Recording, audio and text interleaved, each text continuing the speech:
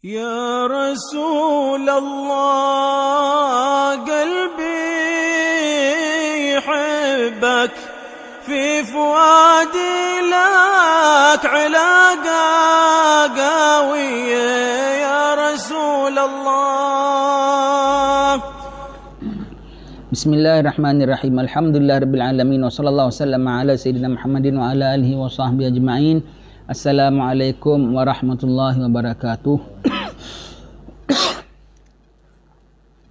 Bersyukur pada Allah Subhanahu wa taala kita dapat himpun untuk baca kitab Syama'il.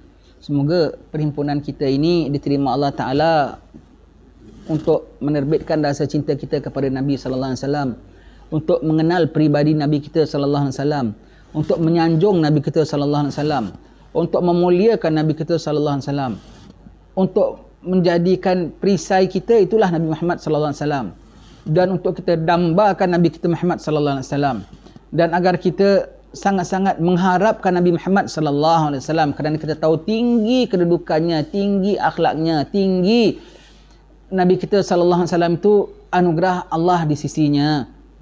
Maka orang ini sangat-sangat perlu kita kenal, sangat-sangat perlu kita cinta, sangat-sangat perlu kita sayangi, sangat-sangat perlu kita hantar selawat baginya, kerana keuntungan besarnya kembali kepada diri kita. Istilahnya tanam modal dari kita baca kitab Syama'il ini adalah untuk kita mengenal peribadi Nabi kita sallallahu alaihi wasallam. Sambung kita sampai muka surat 26 yang di atas yang di bawah. Kana asyaddan nasi tawadu'an waskanahum fi ghairi kibir wa ablaghahum fi ghairi tatwil wa ahsanahum bishra la yahuluhu syai'un min umurid dunya. Baik ya. Inilah Nabi kita sallallahu alaihi wasallam ya. Adalah Nabi kita sallallahu alaihi wasallam itu terlebih sangat daripada manusia merendahkan dirinya. Tawadu'an. Tawaduk ialah sifat merendah diri yang tidak dibuat-buat, iaitu tidak merasa dirinya terlebih mulia daripada sesiapa sekalipun, walaupun baginda terpaling mulia dari segala makhluk-makhluk Allah Subhanahu wa taala. Nabi merasa tawaduk dengan orang lain, Nabi rasa macam biasa. Nabi kalau pakaian apa sahabat pakai itulah Nabi pakai, tak ada bezanya. Kalau dalam majlis Nabi tak nampak yang mana Nabi yang mana sahabat. Kenapa? Tak ada tempat khas duduk Nabi, mesti ada sandaran yang tertentu, mesti ada lihap yang tertentu, mesti ada lapik yang tertentu. Tak ada sebagaimana kadang-kadang pergi tempat mana ada setiap pojok sana, kadang di pojok sini, di pojok sini. Tak mestinya kena ada corner-corner tertentu untuk Nabi. Begitu Nabi kita sallallahu alaihi wasallam. Sangat-sangat tawaduknya. Apa yang sahabat pakai itulah yang Nabi pakai. Apa yang sahabat makan Nabi makan. Bahkan Nabi boleh lapar lebih pada sahabat yang lainnya. Ya, sangat-sangat tawaduk Nabi kita. Kasut jahit sendiri, kita kasut yang kita jahit sendiri. Dah tak kilat aja tak nak pakai, buang. Baju jangan kata koyak sikit, lain pesen sikit aja kita dah tak suka, tak sedap je, buang. Semuanya begitu ya. Nabi baju koyak, Nabi pakai baju koyak pakai. Bertampal. Yang tampal siapa? Dia sendiri tampal baju dia sendiri. Allah menampal bajunya yang koyak untuk dipakai balik. Nabi kita sallallahu alaihi wasallam ya. Sangat-sangat tawaduk, terpaling asyaddan nasi tawadu'an. Teramat-amat sangat di kalangan manusia orang yang terpaling tawaduk itulah baginda sallallahu alaihi wasallam. Kalau sebut orang-orang yang tawaduk ada zaman sekarang ini, itulah juara segala orang tawaduk ialah baginda sallallahu alaihi wasallam. Tawaduknya sehingga dia tak merasakan bahawasanya dia tu confident dia boleh masuk syurga dengan mudah walau Allah dah janjikan sekalipun. Allah janji bagi pihak Allah. Bagi pihak hamba menyedari diri selalu minta ampun taubat kepada Allah satu hari sampai 70 kali. Tawaduknya dengan Tuhannya. Tawaduknya dengan Tuhannya sampai selalu berdoa, ya muqallibal qulub tsabbit qalbi ala dinik, takut dia terbolak-balikkan hati. Tawaduk dengan Tuhannya. Bersyukur kerana dosanya dah diampunkan oleh Allah Taala, berdiri sembahyang malam sampai bengkak-bengkak kaki Nabi sallallahu alaihi wasallam. Tawaduk dengan Tuhannya, tak berani minta perkara dunia yang tak disukai oleh Allah Taala. Tawaduk dengan Tuhannya, menanggung sakit. Nabi kalau demam, dia punya temperature-nya tu double daripada orang biasa. Kalau kita demam tinggi berapa? 40 kan? Nabi 80. Siapa bilang? Siti Aisyah. Aisyah mana ada temperature? Dia ada mana ada termometer? Ada tak ada, dia kalau bilang ya. Sebab mengenai Nabi tak boleh dosa. Mengenai Nabi itu dosa maknanya menempah tempat api neraka. Bermakna betul Aisyah kalau bilang Nabi punya demam double orang lain, double lah orang lain. Kalau dia test betul-betul 80 degree. Nabi kita pun tak minta, ya Allah kebahkan demam aku, ya Allah sihatkan aku segera, ya Allah.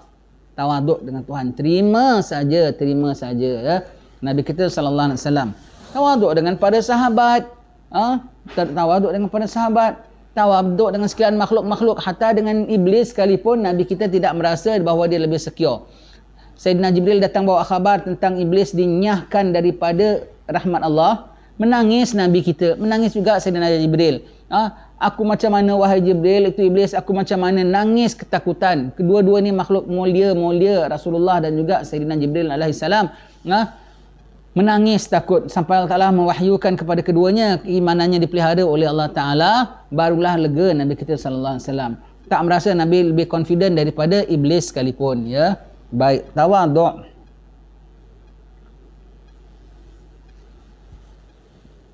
Dan terlebih sangat segan akan dirinya padahal dia tiada takabur, yakni membesarkan dirinya. Wa askanahum fi ghairi kibir. Iaitu apa? Orang yang paling segan, orang yang sangat segan akan dirinya padahal dia tiada takabur, yakni membesarkan dirinya. Paling segan dirinya tu apa tahu? Paling menjaga sekali maruahnya. Paling menjaga sekali kedudukannya. Bukan dengan takabur. Bukan kerana aku ni Rasulullah, aku mesti kena pesen gini. Kita saja, aku ni dah jadi ustaz, aku mesti pakai pesen sekian, mesti kena sesuai dengan aku semua. Nabi kata bermakna Nabi tu sembrono, selekeh, cakap asal boleh, duduk asal boleh. Tidak, sangat menjaga tapi bukan kerana takabur. Tidak seperti orang-orang yang besar dunia, takabur dengan gayanya, dengan sistemnya, dengan apa semuanya begitu. Yang tak senonoh pula. Duduk ke sana, ketawa bahak-bahak apa semua. Yang terlampau jaga etiket kononnya. Tak ada jaga etiket kecuali kerana takabur. People like us must behave this way. People like us must drink this way. People like us must smile this way. Semua tu mengada-ngada. Semuanya tu. Yang sembarang, yang tidak begitu pulanya sembrono, suka hati, ketawa terbahak-bahak, duduk menyangkung ke sana kemari semua. Nabi jaga tata tertibnya, tapi bukan kerana takabur. Bukan kerana takabur, kerana begitulah kepribadian kesempurnaan Nabi, itu namanya haibah. Kalau orang tidak jaga haibah, itu namanya selekeh.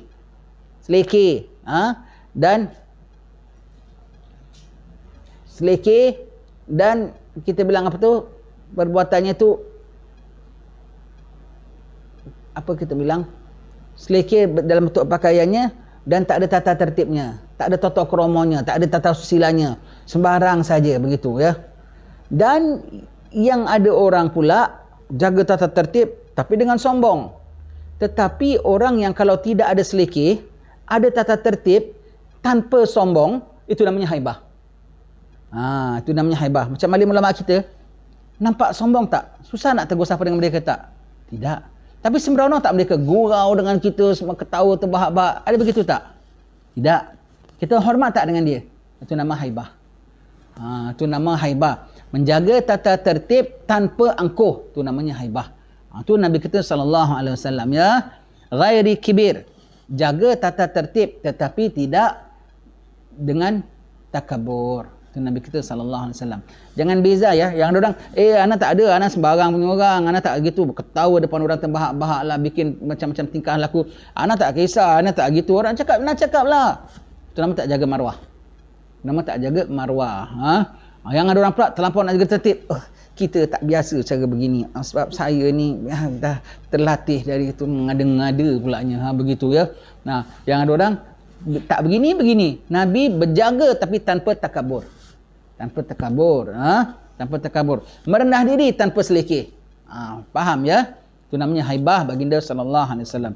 Dengan gini saja kita nampak agung tak sifat Nabi? Agung, ya. Merendah diri. Dan segala manusia dia paling rendah diri. Kemudian plus ada haibahnya pulanya. Dan haibahnya tanpa takabur pulanya. Subhanallah, pelik sekali Nabi kita punya sikap. Reda tak dia jadi Nabi kita? Reda tak orang gini jadi pemimpin kita? Reda tak engkau ucap selawat Allahumma salli ala sayyidina Muhammad? Layak tak dia terima selawat daripada kita? Orang yang kayak gini. Allahumma salli ala sayyidina radina billahi rabban. Allahumma salli ala sayyidina Muhammad wa ala sayyidina Muhammad. Radina billahi rabban wa bil islami dinan wa bil qur'ani imaman wa bi sayyidina Muhammadin sallallahu alaihi wasallam nabiyyan wa rasula. Dan terlebih sangat dia akan fasih perkataan padahal dia tiada melanjutkan perkataan.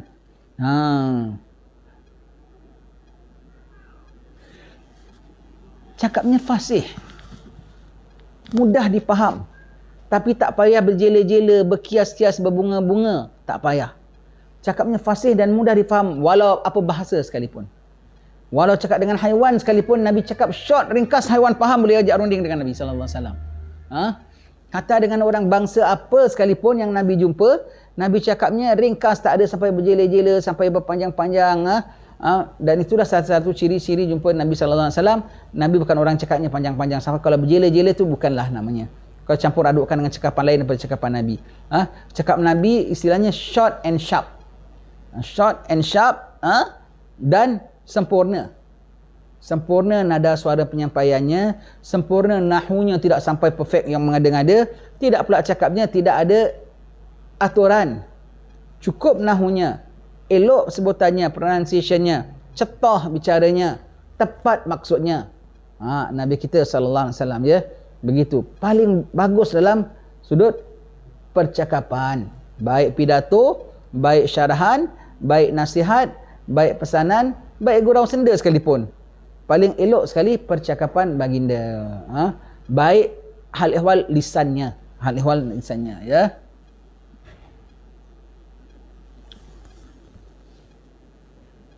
Senang cakap, master in speech. Ya. Dalam perbicaraan, dalam pertuturan, Nabilah masternya. Baik. Yang ada orang nak sampaikan maksud dia kena panjang explanation, panjang berbunga-bunga, berkias-kias. Oh, maksud dia begini aja rupanya. Allah. Nabi cakap orang faham. Baik, ya. Dan yang terlebih baik daripada segala manusia menyukakan hati. Menyukakan hati orang, menggembirakan orang, bawa khabaran pada orang. Orang pasti gembira dengan khabaran daripada Nabi sallallahu alaihi wasallam. Kalau menyampaikan khabar gembira kepada orang, orang punya gembira lah, happy semuanya. Happy semuanya. Di antaranya satu nenek tua. Nenek tua ni masih kaum kepada salah seorang isteri Nabi, datang rumah, mendaya di rumah Nabi, bertamu di rumah Nabi. Maka tanya, ya Rasulullah, aku ni masuk syurga ke tidak, ya? Apa Nabi bilang? Orang tua tak masuk syurga, nangis makcik ni. Apa Rasulullah bilang? Saya tak bilang bibi tak masuk syurga, tapi masuk syurga. Tetapi tidaklah tua gini, dimudakan lagi, gembira. Maknanya makcik ni masuk syurga tau. Untung, ya, kalau Nabi cakap gitu bermakna makcik ni masuk syurga. Dan kalau dia bilang saja makcik masuk syurga, dah tentu dia happy. Tapi dia dengan plus lagi. Bukan hanya masuk syurga, dengan muda lagi. Gembira tak khabarnya tu? Berita gembira dengan plus-plusnya. Berita gembira dengan plus-plusnya Nabi kita. Kita punya amalan sampai Nabi punya berita gembira sama kita. Sebab itu Habib Abu Bakar ini tulis dalam kitab Fiqh Tahawulatnya, Nubzah As-Sughrahnya, bahawa setiap zaman macam mana getir pun sekali, senantiasa ada hasanahnya. Nabi ada khabarkan. Seperti dalam satu zaman ada begitu begini lepas wafat Rasulullah, tapi ada Sayyidina Umarnya, ada Sayyidina Abu Bakarnya. Kemudian zaman-zaman itu dalam orang banyak mula ada khalifah-khalifah yang zalim-zalim, tapi ada Imam Syafi'inya, tapi ada Imam Ghazalinya. Sepanjang zaman sampai akhir zaman kita, walaupun tidak ada nabi-nya lagi, walaupun tidak ada macam khalifah-khalifah yang besar lagi, tapi keselamatan Allah Ta'ala tetap masih ada. Allah Ta'ala bilang Mahdinya masih ada, rahmat Allah Ta'ala masih ada. Siapa yang jaga anak yatim akan hampir dengan Nabi begini. Siapa yang buat perkara ini akan dipelihara oleh Allah Ta'ala. Siapa baca ini akan lindung Allah Ta'ala. Itu gembira tak bagi kita? Dalam keadaan-keadaan begini, tak tahu kita mengamalkan satu wirid dan zikir, dapat protection daripada Allah Ta'ala rupanya. There's still hope in whatever miserable time. Dengan Nabi berkasih hope tu saja, is a big berita gembira bagi kita. Berita gembira. Cuba kupas Ratib Al-Haddad punya syarah. Semuanya tu, buat ni dapat pahala ini, buat ni pelajaran itu. Tak kata berita gembira tu maknanya. Berita gembira nak masuk bulan Ramadan, dosa diampunkan, syurga dibuka. Masuk bulan Ramadan, awalahu rahmah wa awsatuhu maghfirah wa akhiruhu yantakun minan nar. Untuk orang yang banyak dosa pada kita, gembira tak nak masuk bulan Ramadan? Gembira nak masuk bulan Ramadan, bukan main punya hati kita berlonjak-lonjak. Kemudian ada apa pula lagi dalam bulan Ramadan? Ada Lailatul Qadar. Kalau ibadat sejenak dapat pahala 1000 bulan. Masya Allah. Tak ada begitu lagi. Gembira ketika berbuka, gembira ketika hari raya, bergembira. Semuanya tu. Nabi yang khabar kita sampai sanggup ibadat, sampai sanggup pertahankan iman, sampai sanggup orang kutuk kita pun kita diamkan saja. Semua kerana apa? Ada khabaran gembira daripada Rasulullah sallallahu alaihi wasallam, ya. Dan kita tahu di balik pahit tu ada manis rupanya. Itu khabaran gembira dari Nabi sallallahu alaihi wasallam. Padahal tiada menyusahkan akan dia oleh suatu daripada pekerjaan dunia. Hal ehwal perkara dunia, kenikmatan dunia, keseronokan dunia sikit pun tak jejas Nabi sallallahu alaihi wasallam. Sikit pun tak ada mempengaruhi Nabi kita Muhammad sallallahu alaihi wasallam. Akhlaknya tinggi sekali, mulia. Wahai sekalian kaum ibu yang ikuti ceramah ini dari grup yang di bawah kendalian Habib Muhsin Al-Junaid, di bawah Bait Siti Khadijah punya perkumpulan di KL. Saya seru diri saya dan kepada ibu-ibu sekalian, junjung syariat Rasulullah, taat pada Rasulullah, taubat kepada Allah dengan sebenar-benar taubat. Nabi kita bawa khabaran bahawa orang macam kita pun boleh dapat jannah Allah. Bahawa orang macam kita ni pun boleh bersama dengan Rasulullah, boleh bersama dengan Siti Aisyah. Anda kaum ibu boleh bersama dengan Siti Aisyah, boleh bersama dengan Siti Fatimah, boleh bersama dengan Siti Khadijah. Dan Khadijah akhlaknya baik. Khadijah tutup aurat. Khadijah tak tayang-tayangkan diri. Khadijah dan Fatimah sangat tawaduk. Khadijah dan Fatimah tak menunjuk-nunjuk dia pandai masak. Khadijah dan Fatimah tak menayang-nayangkan diri depan laki-laki. Khadijah dan Fatimah tidak sibuk-sibuk tentang nak menghiasan rumah cantik-cantik sangat. Khadijah dan Fatimah tak ada pesen nak gaya apa, burdah apa punya, tutup muka semua burdah semua gitu punya, lawa ke apa pun tak ada kisah. Maka anda ikutlah daripada Nabi kita sallallahu alaihi wasallam yang macam mana mengajar kita, relalah, sukalah jadi umat Nabi dan relalah ikut ajaran Nabi. Relalah kita tinggalkan segala kegiatan dosa-dosa kita. Relalah turn over new leaf dengan turn over yang real punya turn over. Ya, relalah buka new chapter in our life. Relalah meninggalkan segala perkara-perkara yang mungkar demi pemimpin kita ialah Nabi Muhammad sallallahu alaihi wasallam. Relalah jadi umatnya yang baik, yang sederhana, yang patuh kepadanya. Relalah kerana inilah Nabi kita sallallahu alaihi wasallam. Sama-sama kita menyeru, buangkan segala sifat kita yang jelek, buangkan segala kegiatan-kegiatan kita yang bukan-bukan. Kegiatan kegeniaan Nabi tak pernah terjejas dengan dunia sekalipun. Demi apa? Nak mengikuti Nabi ini. He is our leader. He lead us in this world. He would lead us in barzah. He would lead us in mahsyar. He would lead us in front of Allah Subhanahu wa taala. You want to be with this leader, you have to follow this leader. You want to appreciate this leader, you must obey this leader. You must obey this leader because this leader is sent by the creator of the whole universe, Allah Subhanahu wa taala. Ya. Maka relalah buang segala perkara-perkara yang jelek yang biasa kita lakukan demi nak bersama dengan pemimpin kita ini Nabi Muhammad sallallahu alaihi wasallam. Baik, pakaian Nabi sallallahu alaihi wasallam, wa yalbasu ma wajada famarratan syamlah wa marratan burda hibratin yamaniyah wa marratan jubbah suf ma wajada minal mubahi labisa. Tak ada mengada-ngada, aku mesti nak pesen begini, aku mesti nak pesen begini, aku nak pesen begini. Istilahnya apa yang sesuai itulah Nabi pakai. Apa yang ada Nabi pakai dan apa sesuai Nabi pakai. Sebab apa Nabi pakai macam-macam pesen? Salah satu kerana apa? Apa yang sesuai itu aja Nabi pakai. Dan menunjukkan Nabi tidak memilih. Dan menunjukkan Nabi tak tolak. Dan menunjukkan umatnya nanti akan terdiri daripada orang yang akan pakai macam-macam pesen pakaian. Dan semua tu Nabinya pernah tunjukkan. Kalau kita baca tentang combination cara pakaian Nabi, hadis riwayat Sayyidina Umar, macam-macam pesen Nabi. Nabi pernah pakai baju dalam labuh, luarnya pendek. Nabi pernah pakai baju dalamnya pendek, luarnya labuh. Nabi pernah pakai dalamnya pakai bawahnya pakai seluar. Nabi pernah pakai kain. Nabi pernah pakai apa kain selimpang saja begitu. Nabi pernah pakai serban. Nabi pernah tak pakai serban. Nabi pernah tak pakai songkok pun. Berbagai-bagai. Kita tengok ini pakaian cara orang office punya cara pakaian. Pakai shirt and pants. Pun Nabi pernah begitu. Tengok ini cara Pak Imam punya cara pakaian. Tengok ini cara orang-orang kuliah punya cara pakaian. Semuanya pernah ditunjukkan oleh Nabi kita sallallahu alaihi wasallam. Salah satu menunjukkan Nabi sallallahu alaihi wasallam pakaiannya begitu kerana Nabi menerima orang yang pakaiannya walaupun begitu. Asalkan semua menutup aurat dan diredai oleh Allah Subhanahu wa taala. Ya. Baik. Adalah Nabi kita Muhammad sallallahu alaihi wasallam itu memakai barang pakaian yang mendapat ia akan dia. Maka terkadang ia memakai akan syamlah, yakni kain bulu yang hitam. Kain syamlah, kain bulu yang hitam. Setakat itu kasar. Dan terkadang ia memakai selendang hibrah Yamaniyah, syal Yaman. Itulah Nabi punya favourite. Syal Yaman hijau, lebih kurang begini pesennya, ada loreknya sedikit. Dan sehingga kan syal ini, kalau sahabat-sahabat Siti Khadijah datang ziarah Nabi, Nabi bentangkan alas untuk sahabat-sahabat Siti Khadijah.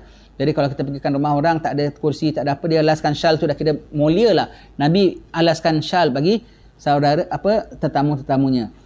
Dan syal inilah sampai Nabi wafat dibikin alas jenazah Nabi dalam liang lahat alas syal. Kalau kita alas syal dalam liang lahat kita makruh.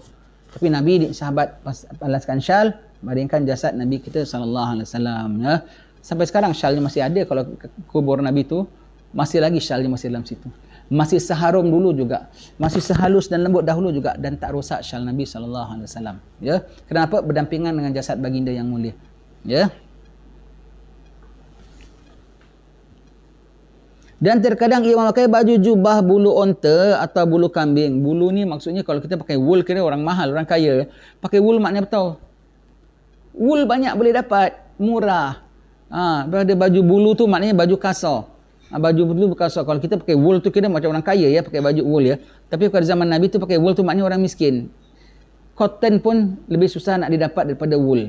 Maka pakai baju bulu aja. Bulu aja Nabi pakai jubah daripada bulu saja ya. Maka barang apa mendapat dia akan pakaian yang mubah, yakni yang diharuskan, maka memakai ia akan dia. Nabi tidak ada payah-payah. Nabi pakai apa yang ada Nabi pakai, Nabi pakai. Tapi most commonly, biasa Nabi pakai apa? Kain. Kain Nabi tidak sarung. Kain Nabi belah. Kain lepas. 3 hasta setengah, 5 hasta setengah. Bagaimana yang dipakai oleh orang Yaman sekarang. Orang Yaman Shimal ya. Pakai sarung kain ini orang kita, dan habaib pun pakai kerana lebih rapi lagi, tak terburai. Nabi biasa pakainya, boleh tengok dalam diba'i kita baca wayat taziru ala wasatih, Nabi berpakai kain berseparas pinggang.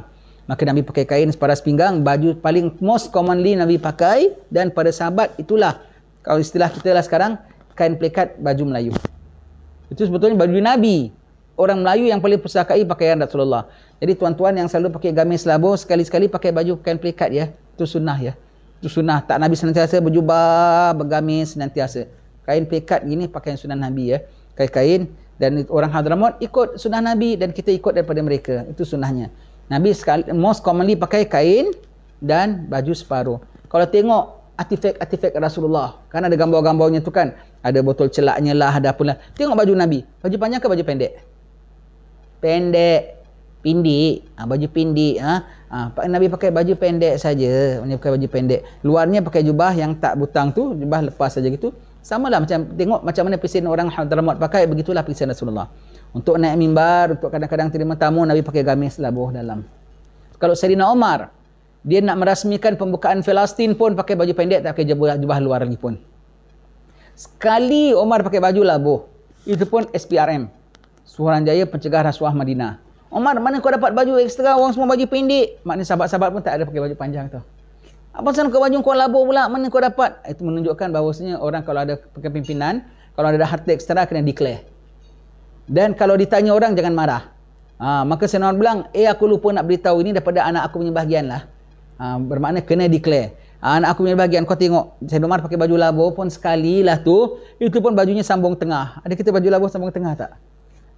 Pakai baju labuh sambung tengah. Abdullah bin Umar punya sebahagian tak nak kasih bapaknya, istilah kita lah, 2 ela anaknya, 2 ela bapak dapat. Bikin baju sambung tengah Sayyidina Umar. Itu most commonly pakai ialah baju kain, baju serban, syal. Kalau luar pakai jubah lagi ya. Nabi-nabi zaman dulu tidak, semua baju labuh. Nabi Isa, Nabi Musa rambut panjang macam pendeta-pendeta gitu kan ya. Kalau Nabi kita, style kita baju gitu. Jadi paling banyak pusakai pakaian Nabi lah orang kita. Orang ikut sunnah. Saya pakai gamis, pakai jubah saja, baguslah, betul, itu memang betul. Tapi jangan senantiasa. Sekali-sekali ada pakai jugalah. Dan kalau boleh sekali-sekali, lebih kerap kali. Itulah lebih sunnah lagi. Orang Hadramaut semua pakaiannya begitu. Orang Hadramaut semua pakaiannya begitu. Baik ya. Wa khatamuhu fiddah yalbisuhu fi khinsirihi aiman wa rubbama labisahu fil aisar. Dan adalah cincin Nabi sallallahu alaihi wasallam itu perak, cincin perak. Ya, cincin perak dipakainya pada kelingkingnya yang kanan. Dan terkadang dipakainya akan dia pada kelingking yang kiri. Kerana apa? Kadang Nabi nak makan, Nabi pindahkan ke tangan yang kiri, ya. Jadi kelingking. Jadi pakai cincin, ya. Pakai cincin sunnah. Saya ingat Habib Kazim bilang, kau beli jam mahal-mahal pun setakat boleh tengok waktu lah, tapi sebetulnya tak ada fadilat. Pakai jam, fadilatnya pakai jam, ada hadis mengenai pakai jam, tak adalah. Cuma ayat wal asri tu jaga waktu tu adalah. Cuma memakai jam tu pun tak ada fadilat pakai jam lah, kecuali untuk tengok waktu lah. Kau tengok waktu senantiasa ke ataupun bergaya senantiasa?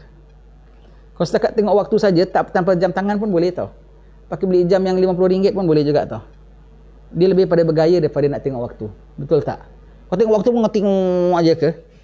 Dia punya melekat tanpa dia tengok lebih lama ke daripada ketika dia tengok lebih lama? Ketika melekat dalam badan kau berapa jam? Taruhlah 5 jam. Dalam 5 jam tu berapa minit, berapa saat yang kau pernah tengok dia? Senantiasa tengok. 2.5 jam aku tengok. Kalau dia melekat pada kau 5 jam, tapi kau cuma tengok dia berapa ketika saja, totalnya tak sampai 10 minit untuk kau tengok jam, bermakna lagi 4 jam 50 minit kau jawab hisapnya depan Allah Ta'ala. Ya. Kau jawab hisapnya depan Allah Ta'ala. Tapi kalau pakai cincin, setakat dia melekat, selagi dia melekat kau dapat pada sunnah. Ya, cincin. Cincin perak, cincin tentang materialnya perak. Kita bincang tentang cincin materialnya, jarinya nak pakai, dan kita bincang juga tentang matanya, apa yang elok, yang tak elok. Baik, ya. Ikatnya perak. Emas haram. Selain daripada perak, tidak sunat, harus. Bahkan setengah ulama ada yang mengatakan makruh. Selain daripada perak. Selain daripada emas, haram. Kenapa? Itu pakaian orang ahli syurga. Laki-laki haram dipakaikan, nanti dia lekatkan. Seorang sahabat datang, tu jam emas belum diharamkan. Dia pakai cincin emas. Rasulullah mengatakan, kenapa kau sudah pakai pakaian ahli syurga? Maka besok dia datang pakai cincin besi. Nabi bilang, kenapa kau pakai pakaian orang ahli neraka? Ahli neraka kan dilekatkan besi pada tubuh badannya. Besok dia datang pakai cincin tembaga. Kenapa aku bawa penyembah berhala? Sebab berhala-berhala banyak dibuat daripada tembaga, betul tak? Maka, wahai Rasulullah, cincin apa yang aku nak pakai?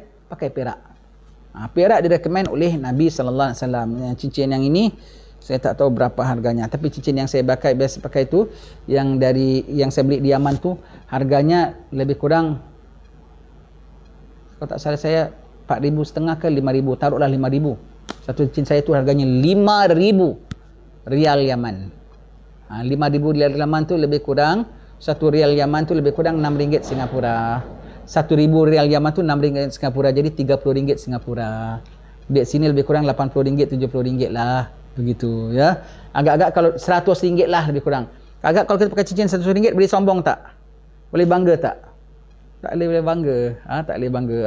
Nah, itulah cincin perak, mahal tidak, tapi sesuai dengan badan, ya.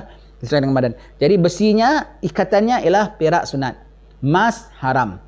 Other than perak, termasuk silver, termasuk stainless steel, termasuk yang kau bilang white gold ke platinum lebih mahal pada emas tau harganya.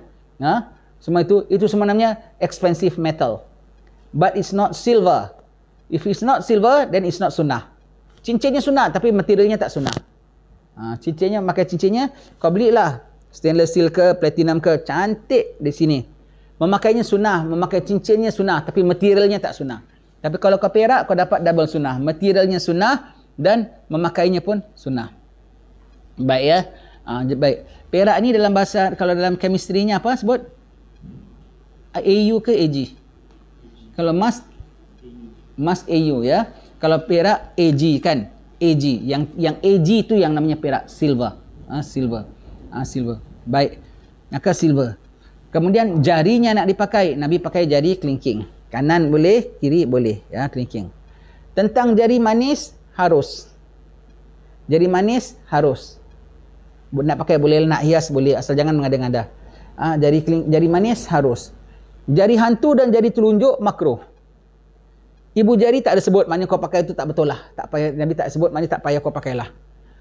Jadi yang ada hadis Nabi sebutkan, apa Sayyidina Ali mengatakan Nabi larang kami pakai cincin pada 2 jari, iaitu maksudnya bukan Nabi larang kita pakai cincin 2 bentuk. Pada ini 2 jari yang dimakruhkan. Kerana nak buat kerja, nak buat apa kok pakai dekat sini, kan tak kena. Tak kena ya. Maksud dipakai 2 jari maknanya pada 2 jari ini dilarang pakai cincin. Bukan dilarang pakai cincin 2 bentuk macam begini. Ini sunat, ini harus. Ini sunat, ini harus ya. Jadi kalau nak pakai 4 jari pun boleh. 2 sunat, 2 harus.